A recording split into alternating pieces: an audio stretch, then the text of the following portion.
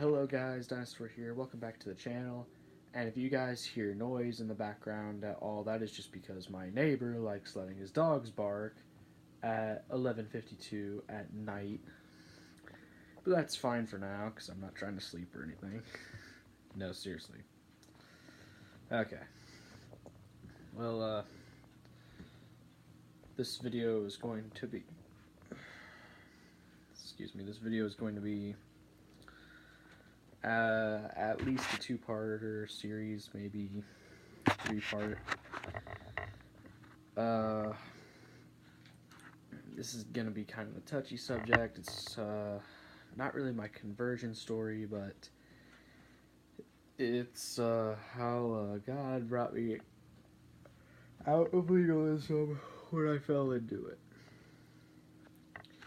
And because God brought me out of it, that is why I have tried to preach the gospel of grace on this channel as much as possible. So this story started basically around my freshman year of high school. I'm currently a junior. And I had been a Christian for a while at that point. I wasn't necessarily a good one, but are any of us. I was at the phase in my life where I was finally starting to take my religion seriously. And part of the reason because of that was because at the time I was going through the phase that most guys in the United States go through, where they think about joining the military. I was thinking about joining the army at the time. And because, of the possibility of dying in war, I was trying to get right with God before that happened. That might not be the best motivation for getting right with God, but it was mine. I was so sure that joining the army was what I wanted to do, and I was doing a bunch of research to make sure I knew what I was getting myself into. I had learned all kinds of useful hacks as well that made life a little easier. And if you guys are interested in learning about some of that, I'll let you know in the comments. Anyway, my mind had changed later that year, and that's a different topic for a different video. And the reason I'm telling you this is because in order to know basically what happened, I need you guys to know basically where I was in life at the time. So I was just starting to take Christianity seriously, and I was planning to join the army at the time. So I was 15, I still had a few years to go. I still have not even a year to go, but I don't plan to join anymore.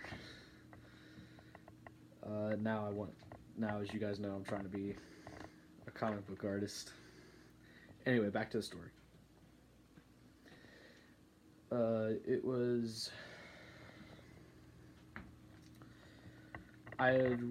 was starting to read the Bible more, and I had read the Bible. I was reading the Bible from cover to cover. I started in Genesis, then moved on to Exodus, and that and that and that.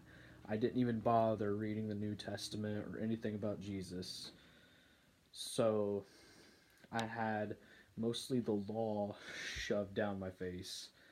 And the issue with that is the law is good. It's good to learn the 10 Commandments and all that, because it makes you appreciate grace that much more. But the thing is, I wasn't learning about grace. And sure, I went to church, but our pastor was relatively new to his job at the time, and he was a very young pastor. He knew the Bible quite well, but I think his nervousness caused him to mostly preach a little on the legalist side, although my pastor has never been a legalist. I think it was just his nervousness. I will not blame my pastor for any of what happened, and I do not blame God for what happened either. Anyway, so yeah, I didn't learn a whole lot about, the grace of God through Jesus Christ. I was mostly focusing on like the law and how sinful we are, how guilty we are, and I believed in like punishing myself for every sin that I committed because I felt so condemned all the time. And January of that year, I had done something sinful. I'm not gonna say what it was, but I felt guilty about it, and I immediately asked God for forgiveness. And then the very next day, my girlfriend at the time ended up getting a concussion, and she was out of school for about a month or two. Yeah, well, January, February, beginning of March. Yeah, about 2 months. And I just felt like it was my fault, and I felt like God was doing it as a way to punish me. Many people tried to assure me, no, God doesn't punish people for that, but I just watched so many condemning YouTube videos by Christian YouTubers who preach the law and just nothing but law, condemnation all the time. And I didn't read any of the New Testament. I didn't spot any grace at all, and I just felt so condemned, and I was so afraid of God. And a fear of God is healthy. It is a good thing, but this was more than a fear of God. It was almost a phobia of God. It got to the point where the pastor had to talk to me, and he prayed with me and asked God to help me bear my cross. And it was a very reassuring prayer. It kind of relaxed me. Actually, and before that, because I skipped ahead a little bit. Before this, I had managed to kind of calm myself down and assure myself that it wasn't anything I had done. It was just something that happened.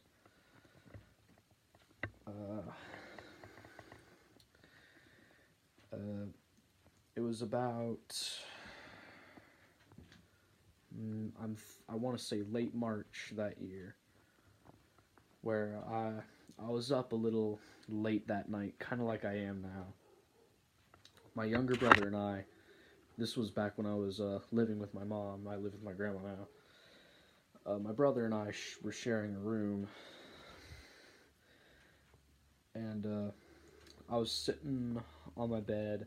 I had my phone out, and I was listening to a song, and my brother was not paying attention, and for that I am very thankful.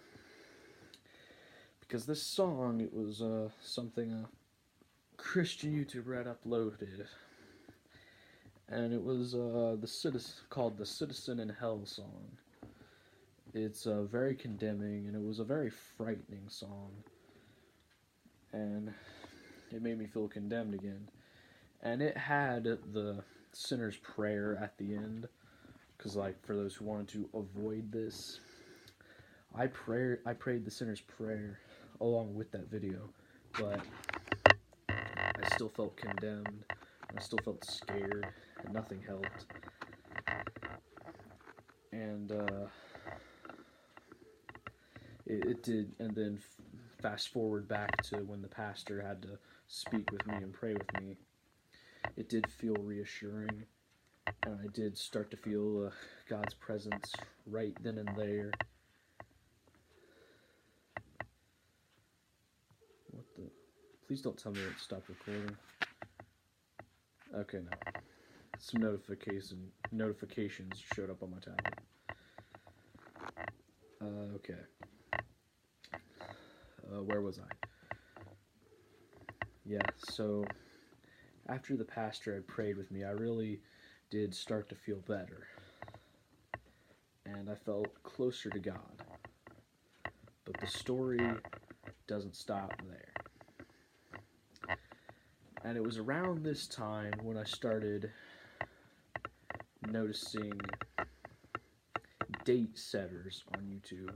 And what a date setter is, it's somebody who looks throughout the book of Revelation and some of the other end time prophecies, and they say, oh, it's the end of the world again because this sign has popped up or this one's popped up. So the end times must be on this date or this one or that one. And that started to scare me again. But this nice person from church started to show me a few Bible verses and showed me one that I quote a lot. I know it's in Mark. I don't remember it off the top of my head, but I remember how to quote it off the top of my head. It's but of that day and the hour knoweth no man, no, not the angels which are in heaven, neither the Son but the Father. And it made sense to me, and I understood that the end times was something we need to be aware of, but we don't know when it is, which is why we gotta spread the gospel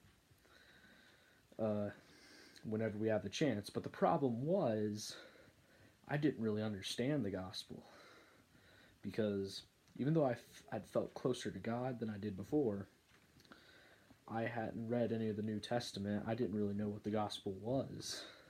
I knew Jesus died on the cross for my sins, but I didn't understand it. But I did come to understand it, and the story does have a good ending. And in the next video, I will bring that good ending. I hope to see you guys again there. God bless.